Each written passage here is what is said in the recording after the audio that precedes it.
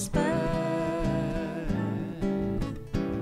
Barracão de zinco, tradição do meu país. Barracão de zinco, pobretão e feliz.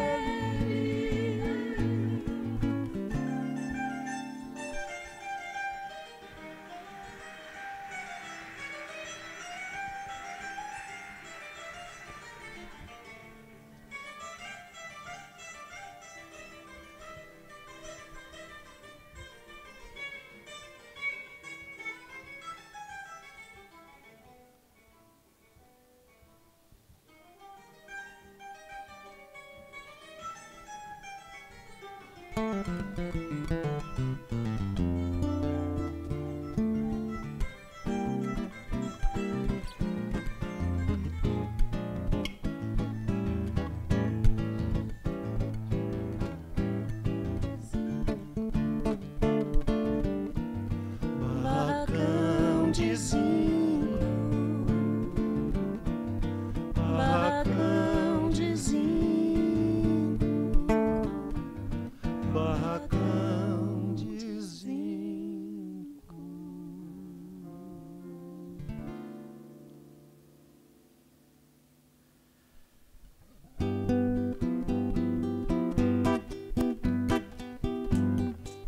Barracão de zinco e sem telhado, sem pintura lá no morro. Barracão é bangalô. Lá não existe felicidade de arranha-céu, pois quem mora lá no morro já vive pertinho do céu. Tem alvorada, tem passarada, alvorecer, sinfonia de bares, anunciando anoitecer. E o morro inteiro no fim do dia és uma prece, Ave Maria. E o morro inteiro no fim do dia és uma prece, Ave Maria.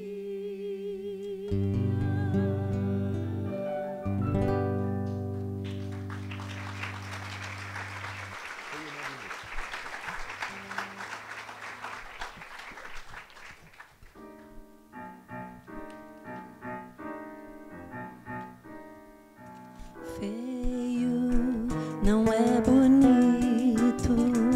O morro existe, mas pede pra se acabar. Canta, mas canta triste, porque a tristeza é só o que se tem pra contar.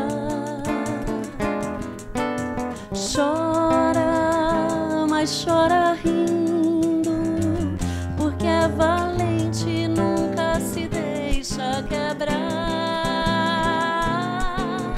Ama, o morro ama, um amor aflito, um amor bonito que pede outra história. Ama, o morro ama, um amor aflito, um amor bonito que pede outra história.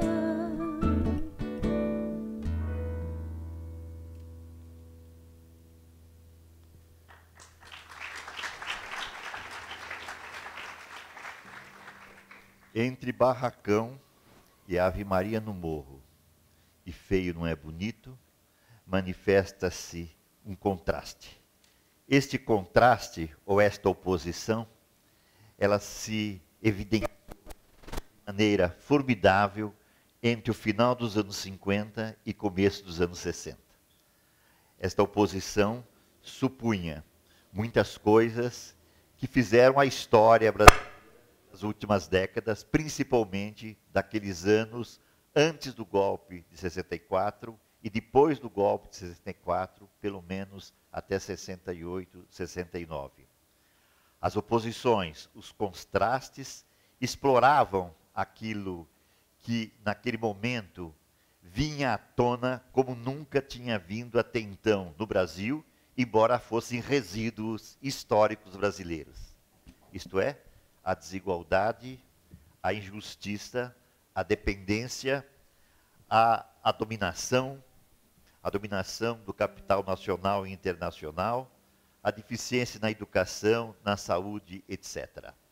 Tudo isto tinha como personagem sofrido aquilo que então era o personagem histórico por excelência, o povo.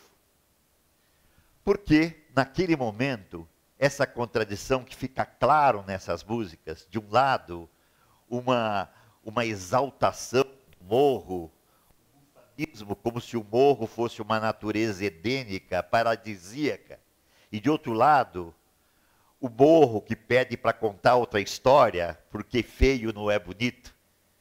Porque se exatamente aquele momento de fratura, do final dos anos 50, 60, é um momento que me parece fundamental para explorar uma trajetória de pensamento sobre as razões e sobre o significado do golpe de 64 e o que se seguiu a ele, que foi essa ditadura de mais de 20 anos. Acontece que a década de 50, ela foi uma década, podemos dizer, formidável no Brasil. Foi a década da modernização brasileira. Desde o governo do Getúlio Vargas, de 50 até seu suicídio em 54. E depois, o governo, depois de uma breve transição, o governo do Juscelino Kubitschek, de 56 e 60, nós temos o período chamado desenvolvimentista, em que se apostou na modernização social, econômica e na modernidade cultural do país. Essa modernidade cultural, principalmente, é aquela que está sendo explorada por nós hoje aqui nesse nossa aula show. A modernidade cultural era aquela que articulava imagens do Brasil que, de um lado, assimilava, diferenciava o arcaico e o moderno, que diferenciava a tradição e a inovação, que diferenciava ou articulava, que exatamente, na verdade, tudo isso estava subscrito na oposição ou no contraste de desenvolvimento, subdesenvolvimento, que foram as palavras geradas na época. Ora, essa modernização do país, tanto a estrutural, que vem, por exemplo, com a criação da Petrobras no começo dos anos 50, da Companhia Siderúrgica Nacional, depois no governo do Juscelino Kubitschek, na implantação, mediante capital internacional da indústria automobilística, que, aliás, levou a um endividamento enorme do país, uma inflação galopante e uma intranquilidade do empresariado nacional, exatamente porque toda a tecnologia importada, por exemplo, para a implantação da indústria automobilística, era feita com empréstimo do Fundo Monetário Internacional e sem juros, e sem que isso tivesse, digamos, algum agravante para o capital internacional, ao contrário do capital nacional, que era agravado por uma série já de restrições. Esta modernização estrutural do país vinha, me parece, depois de uma modernização que tinha começado no final dos 40 na área cultural e artística. Basta lembrar, por exemplo, que é do final dos anos 40 o aparecimento dos primeiros museus de arte moderna do Rio de Janeiro e de São Paulo, 47 e 48. É exatamente desse final dos anos 40 uma tentativa brasileira de fazer um cinema industrial, através da Companhia Cinematográfica Veracruz. É do final dos anos 40 também a implantação aqui em São Paulo do Teatro Brasileiro de Comédia, a primeira companhia de teatro que pensa de maneira, digamos, profissional o fazer teatro brasileiro, com digamos, a valorização de certos dramaturgos brasileiros, como Dias Gomes, por exemplo, né? E trazendo da Itália, da França, de outros lugares, aquilo que nós nos tínhamos, os técnicos, cenógrafos, figurinistas, etc. É o primeiro momento em que o teatro começa a se profissionalizar e encenar peças internacionais e nacionais, agora com o rigor que o teatro merecia, que até então, com uma única exceção, que tinha sido de 1943, a peça Vestido de Noiva, do Nelson Rodrigues, encenada pelo polonês Ziembinski. Entre o Vestido de Noiva e 48 com o TBC, nós não tínhamos tido modernização no teatro. Então, o teatro, cinema e exatamente a música chamada música contemporânea de pesquisa, todas elas vinham já dos anos 40 com certas formações, do final dos anos 40. Mas é só na abertura dos anos 50, por exemplo, carreado pela primeira Bienal de São Paulo em 51, que grupos nas artes plásticas, no cinema, na literatura, no teatro e na música, que no Brasil chamamos popular, isto é, na canção, começam exatamente a exercitar um tipo de experimentação que vai realmente se desenvolver durante toda a década através de proposições ditas vanguardistas, isto é, de proposição do novo e da ruptura com os padrões da tradição, isto é, valorizando a invenção, e a invenção significava, naquele momento, assim como na transformação estrutural da sociedade, progresso. Um progresso que se opunha exatamente, simplesmente a tradições, que fazia com que a oposição moderno e antigo fossem, digamos, escalavrados, fossem atritados, produzindo efeitos muito interessantes. Até o final dos anos 50, nós já tínhamos aqui funcionando o teatro de arena, teatro de oficina, já tínhamos a moratória do Jorge de Andrade, nós tínhamos não só as mudanças estruturais nas indústrias automobilísticas, siderúrgicas, etc., mas tínhamos mudanças já naquilo que então se manifestava como um sinal de uma nova sociedade em elaboração. Por exemplo, a indústria de móveis, com exatamente a primeira fábrica de laminados no ABC, em 50 e na década de 50, nós temos já, em meados da década, o primeiro momento do desenho moderno de móvel no Brasil. Uma empresa chamada Unilabor, que era uma cooperativa de trabalho, não é? Que pela primeira vez revolucionava a estrutura da empresa e, ao mesmo tempo, pela primeira vez, propunha o desenho moderno feito em escala, não mais como objeto de arte apenas.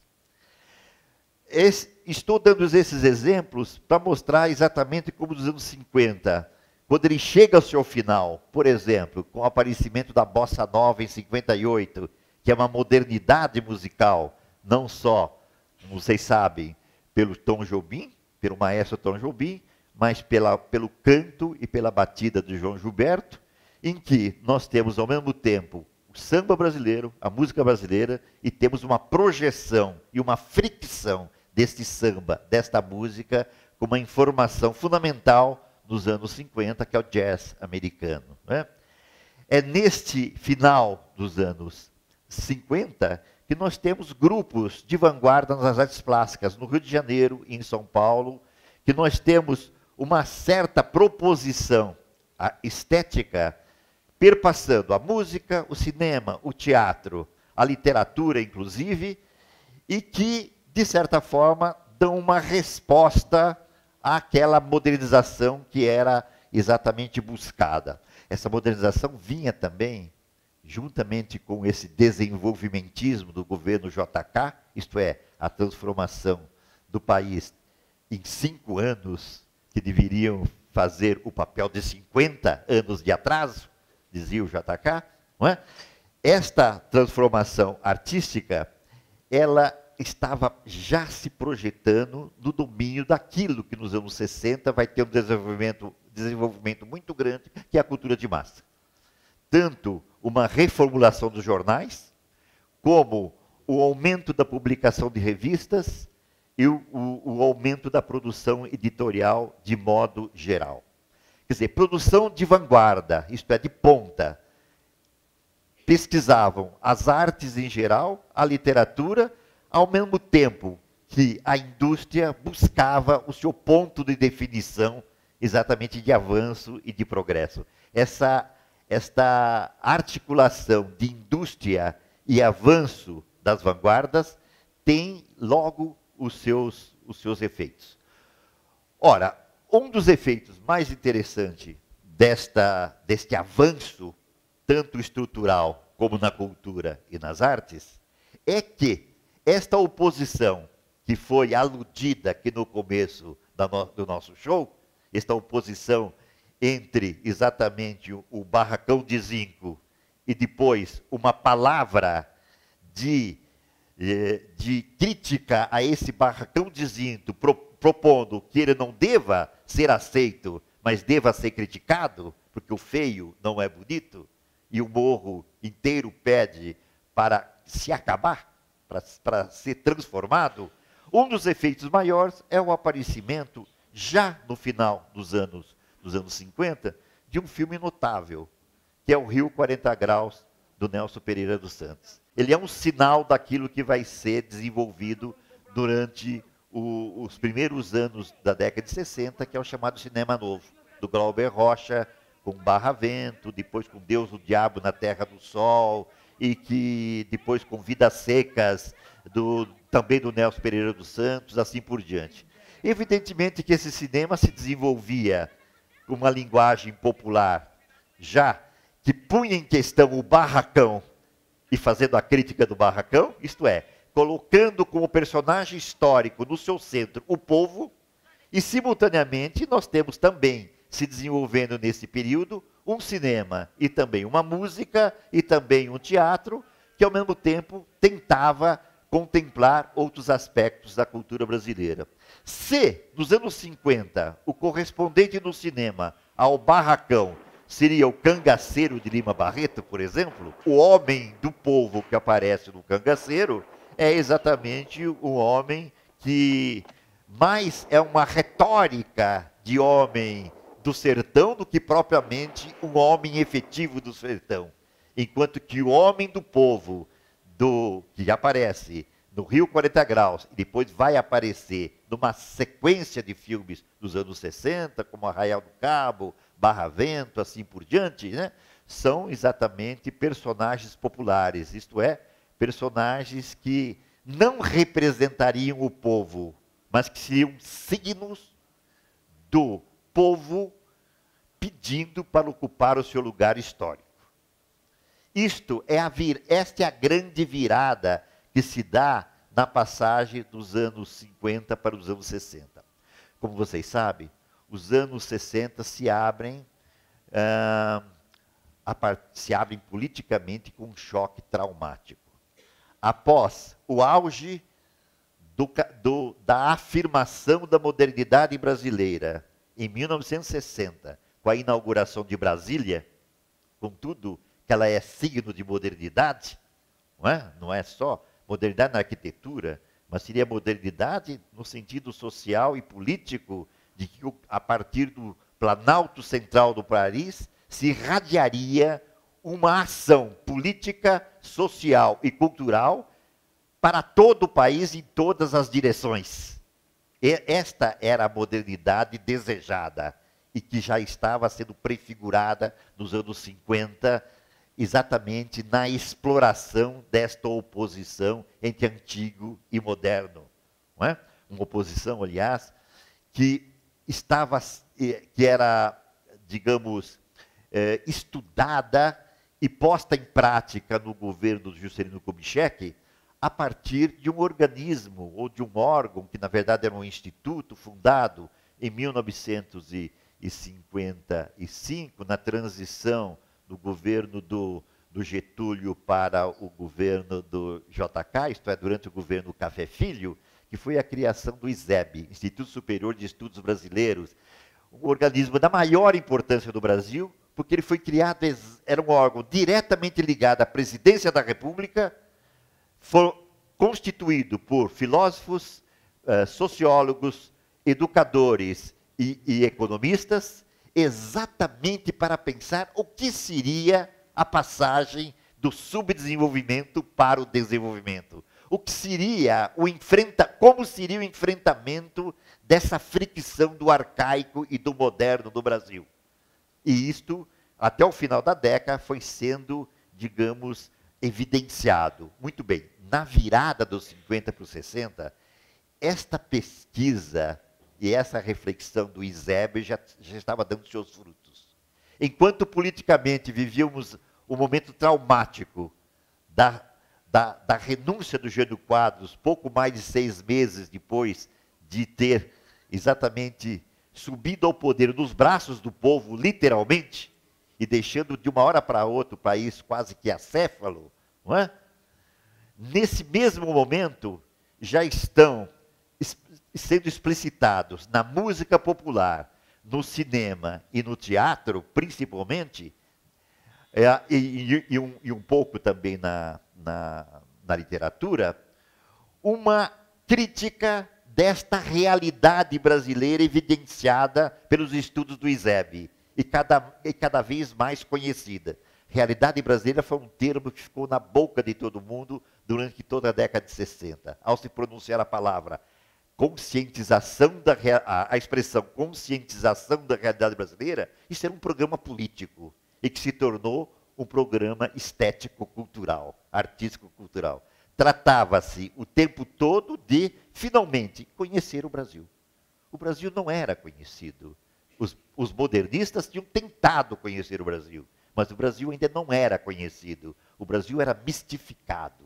O Brasil era cantado de uma forma que, na verdade, não fazia jus àquilo que ele era nas suas assincronias e nas suas, digamos, indeterminações. E era preciso denunciar essas indeterminações, era preciso denunciar esta oposição violenta entre os arcaísmos e a modernidade, era preciso denunciar fortemente as carências e era preciso chamar o povo, como se dizia, como personagem histórica, principalmente com a mediação dos artistas e dos intelectuais, para agirem. Quer dizer, esse povo era exortado a conhecer a realidade brasileira e tomar em suas mãos o processo histórico para transformar o país. É disso que vai ser feito a arte daquele momento. O cinema, o teatro, a música fazem isto. Em 62, no Rio de Janeiro, logo depois da posse do Jango Goulart, né, pouco tempo depois da posse do Jango Goulart, depois de um entreveiro político-militar complicado, mas, enfim, depois de uma série de negociações que o Jango Goulart assume, mas com o governo parlamentarista, etc., com certas limitações. Entretanto, nesse momento já está amadurecida essa reflexão sobre a realidade brasileira, e ela já está se manifestando, e principalmente através dos artistas intelectuais, de muitas maneiras. Isto é, a denúncia e a exortação levam, nesse momento, já à constituição daquilo que vai percorrer a década de 60 inteira. Aquilo que ficou conhecido genericamente como uma arte do protesto. Ou uma arte participante, mas de protesto. Protesto quer dizer denúncia e exortação. Protestar contra o estado de coisas do país, a dominação internacional, a dominação do capitalismo nacional e as suas limitações para o desenvolvimento do país, a denúncia do analfabetismo, da miséria, da saúde, etc, etc. Todas essas denúncias, e tudo isso deveria ser configurado numa linguagem que pudesse, inclusive, ser acessível ao povo. É assim que se imaginava. Evidentemente, o lugar de maior sensibilidade para que isto se mostrasse claro era a música. Por quê? Porque a música, a chamada música popular ou a canção, sempre foi no Brasil, desde o começo das primeiras décadas do século XX, pelo menos desde do final dos anos 20 e começo dos anos 30, foi exatamente o lugar de fala, não só dos sentimentos, não só das dores do mundo, não é? Das dores da vida, mas sempre foi o lugar também da crítica social. A canção foi, desde do início do século XX, o lugar por excelência da explicitação das imagens do país, seja de uma forma séria, seja de uma forma geralmente gaiata, eu diria, sob o ponto de vista do humor. Esse humor frequentemente corrosivo. Na década de 30, a corrosão contra a ditadura de Getúlio Vargas, essa corrosão vai aparecer fortemente depois de um hiato na década de 40 e 50, vai aparecer fortemente nos anos 60, através dessa música de protesto. Em 62, como eu dizia, no Rio de Janeiro, na União Nacional dos Estudantes, na UNE, se formula os chamados Centros Populares de Cultura, ou os CPCs. O CPC mais importante foi o CPC da UNE do Rio de Janeiro, exatamente. O CPC da UNE reuniu exatamente uma porção de intelectuais egressos, de jovens egressos dos ensinamentos do ISEB, não é? Como Paulo Pontes, Vianinha e etc. E aqui juntaram já, por exemplo, um cineasta como Augusto Boal, e aos poucos cineastas, teatrólogos, né? Como Augusto Boal, cineastas, teatrólogos e músicos, como, por exemplo, Sérgio Ricardo, Carlos Lira, foram se aproximando dessa ideologia do CPC, e essa ideologia que pensava o povo como personagem revolucionário, vai dar uma série de efeitos. Um dos efeitos mais interessantes, e ao mesmo tempo de uma criticidade corrosiva, ao mesmo tempo explorando essa corrosividade através do humor, foi uma música fundamental, inventada e cantada pelo grupo do CPC da União do Rio de Janeiro, chamada Subdesenvolvido. Essa musiquinha, ela é muito interessante, exatamente porque ela vai fazer a crítica e vai parodiar vários elementos considerados típicos da brasilidade e que, na verdade, eram, ilusões. Vai criticar de maneira acerba a dominação do capitalismo internacional, que era personificado nos Estados Unidos, que eram chamados de Yankees, não é verdade? E assim por diante. E essa musiquinha iria exatamente fazer a glosa e a crítica bem-humorada das nossas origens portuguesas, como sendo nossas origens autênticas.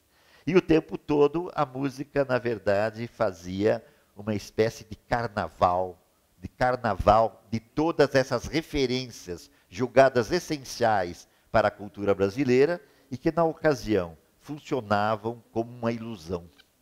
A ilusão exatamente que a burguesia nacional, aliada ao capital internacional, queriam fazer do país um país dominado. Ora, toda a tentativa entre 61 e 64 foi outra. Foi exatamente de instalar cultura popular, isto é, a cultura vinda das experiências populares, na música, no teatro, etc., ou no cinema, por exemplo, como sendo o horizonte fundamental para instruir as massas sob a ideia da transformação radical da realidade. Enfim, o que circulava era a ideia de revolução. Essa musiquinha valia a pena ouvir, o Subdesenvolvido. O Brasil é uma terra de amores, alcatifada de flores, onde a brisa fala amores nas lindas tardes de abril. Correi pras bandas do sul, debaixo de um céu de anil, encontrareis um gigante deitado, Santa Cruz, hoje o Brasil. Mas um dia o gigante despertou, deixou de ser gigante adormecido. E dele um anão se levantou. Era um país subdesenvolvido, subdesenvolvido, subdesenvolvido, subdesenvolvido, subdesenvolvido, subdesenvolvido, subdesenvolvido, subdesenvolvido, subdesenvolvido. Vocês veem que essa música encena, ela na verdade gera uma estética típica daquele tempo, em que na verdade a música já é uma performance, entende? E ela supõe quase que uma expressão teatral, né? Mas o tempo todo ela está utilizando de paródias, de alegorias, exatamente através do humor, está tentando descondicionar aquilo que era considerado autêntico naquele tempo e que não era, seja o autêntico vindo de fora ou o autêntico nosso. Havia uma desapropriação disso tudo.